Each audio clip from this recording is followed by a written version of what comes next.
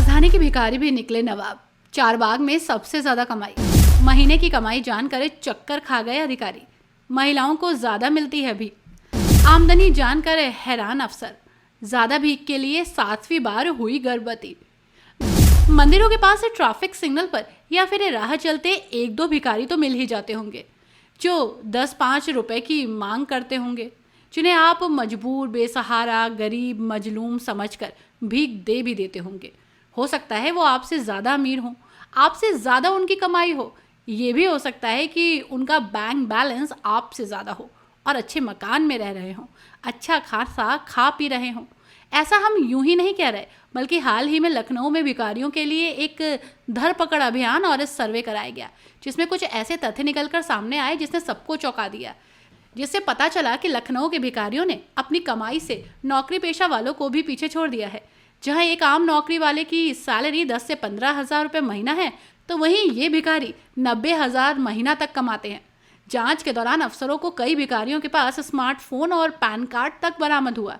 लखनऊ में डूडा नगर निगम और समाज कल्याण विभाग संयुक्त सर्वे में 5,312 भिखारी मिले।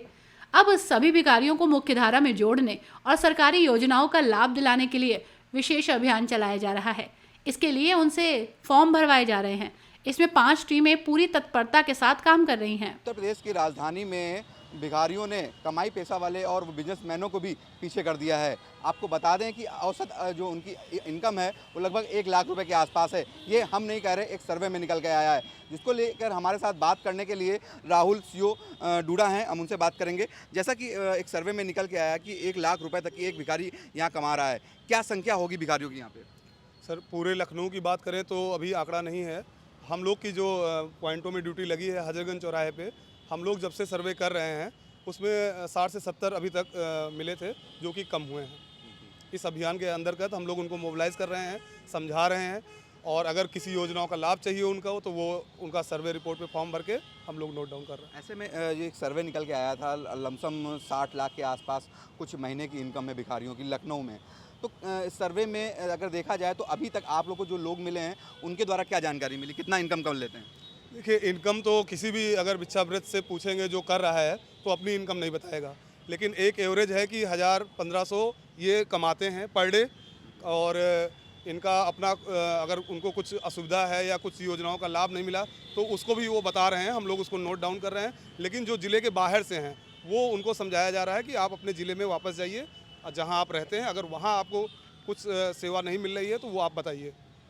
ऐसे में अगर बात की जाए जिस प्रकार से लोग बाहर से आते हैं, यहाँ रुकते हैं या घर बना लिया है, या ऐसे कैसे आपको कैसे मालूम होता है कि वो बाहर के रहने वाले हैं? उनके आधार कार्ड ऐसा कुछ? आधार भी दिखाए हैं लोगों ने, उनके आधार के बेस पे ही हम लोगों ने उनका एड्रेस नोट किया और उन्होंने मौखिक भी बताया है। जैसा कि उन्होंने बताया कि अगर ज़्यादा दूर नहीं, लेकिन ये नगराम है, रायबली है, सीतापुर है, बाराबंकी है, ये सर्वे रिपोर्ट में हम लोगों ने भरा है, ये उन्होंने बताया है। और कुछ ने आधार भी दिखाया है। किसी को आयुष्मान कार्ड से भी लाभ मिला है, पेंशन भी मिल रही है, लेकिन उनको भिक्षावृत्ति क्योंकि उनका पुराना पेशा बन गया है, इसलिए अभी तक उनको कोई रोकता टोकता नहीं था।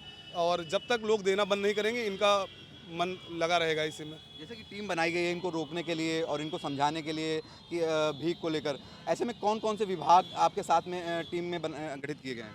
सर, हमारे साथ नगर निगम और डूडा, पुलिस विभाग, समाज कल्याण, महिला हेल्पलाइन से, चाइल्ड लाइन से 5 विभाग मिलके, 5 से 6 विभाग मिलके हम लोग एक टीम गठित की गई है।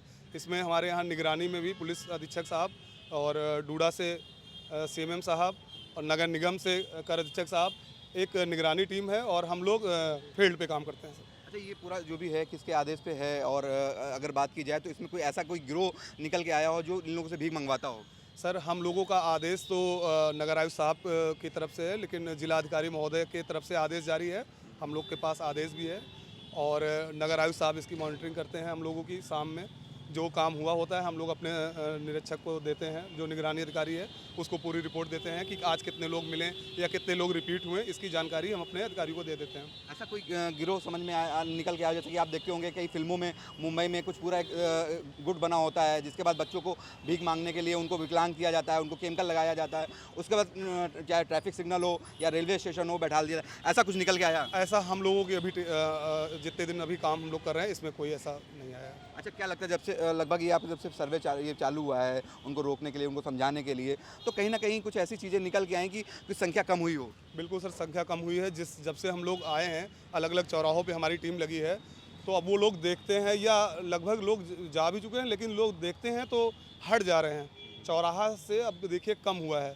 हजरतगंज में जितना लोग बैठते थे अगल बगल चौराहों पे, हम लोग दिन में 3-4 बार विजिट करते हैं, तो अब वो लोग कम हुए कि ये लोग लगे ही हैं, तो इसलिए अब वो लोग कम हो गए हैं। नहीं, बच्चे भी इसमें हैं और बीच उम्र के अधेड़ भी शामिल हैं, उससे नीचे वाले भी हैं, बीच वाले, तो सबसे ज़्यादा किसकी संख्या दिखी आपको अभी तक? सर अभी तक तो हमको इधर अपने यहाँ ज़्यादातर एक वृद्ध ही दिखे हैं और विकलांग दिखे हैं। बच्चे कम दिखे हैं। बच्चे जो दिखे हैं उनको मना कर दिया गया, बच्चे तब से दिखे नहीं हैं। तो क्या लगता है कि इसमें बच्चों को ज़्यादा यूज किया जा रहा है, ऐसा कुछ? बच्चों को यूज़ किया जा रहा है और एक माध्यम जैसे नैपकिन बेचना या कुछ अलग अलग प्रोडक्ट दे के उनको भेजा जा रहा है चौराहों पे, तो मिले हैं जो उनको समझाया गया है और अब वो हमको नहीं दिख रहे हैं सर अपने यहाँ एरिया अभी में। कितने दिन ये सर्वे चलने वाला है? सर 15 दिन का अभियान है, जिसमें 7-8 दिन लगभग हो गया है, 8 से 9 दिन। 15 दिन के बाद जैसा ऊपर से आदेश होगा तो हम लोग रिपीट करेंगे। अभी 15 दिन का ही अभियान का मिला है। तो अभी कोई इस टाइप का ऐसा चीज़ निकल के नहीं है, कोई ग्रो भी इसमें शामिल हो, ऐसा कुछ निकल के नहीं है? सर, ऐसा कुछ नहीं है। तो हमारे साथ सीओ डूडा थे, जिन्होंने साफ तौर से बताया कि जिस प्रकार से ये अभियान चलाया जा रहा है, आगे भी चलाया जाएगा और उनको सरकारी योजनाओं से जोड़ने के लिए समझाया जाएगा। ऐसे में अगर बात किया जाए तो जो उनकी टीम है पूरी तरीके से, चाहे स्वास्थ्य विभाग हो, चाहे पुलिस हो, चाहे अलग अलग विभागों को जोड़कर इनकी टीम गठित की गई है। 5 टीमें बनाई गई हैं, अलग अलग पॉइंटों पर इनको नियुक्त किया गया है। वहाँ पर इनको सब लगातार जो भी भिखारी बैठते हैं उनको समझाया जा रहा है, चाहे वो बुजुर्ग हों, चाहे वो बच्चे हों। और इन्होंने ये भी साफ किया कि कुछ तो लखनऊ के हैं और कोई कुछ आसपास जिलों के हैं। अब देखना ये होगा कि ये अभियान कितना कारगर साबित होता है आने वाले समय में। कैमरामैन मेराज के साथ अश्वनी अवस्थी, #भारत लखनऊ।